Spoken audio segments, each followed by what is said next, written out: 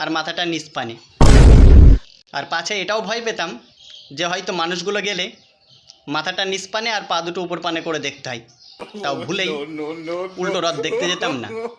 কিন্তু বড় হয়ে জানতে পারলাম রথটা সোজাই থাকে, শুধু রথটাকে উল্টো রাস্তা দিয়ে ঘুরিয়ে নিয়ে আসে।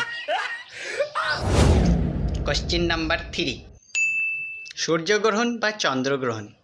ছোটবেলায় এই দুটোর মধ্যে যে কোনো একটা হলেই শুধু একটা প্রশ্নই মাথায় ঘুরতো, যে রাহুতে এটাকে খেত সেই রাহুটা পায়খানা করতো কোথায়?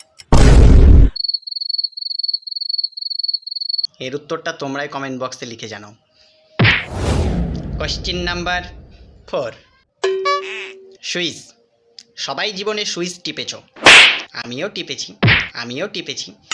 সুইচের এক মাথায় অন আর এক মাথায় অফ, কিন্তু প্রশ্নটা এটাই, এই দুটোর মাঝখানে ধরে রাখলে কি হয়?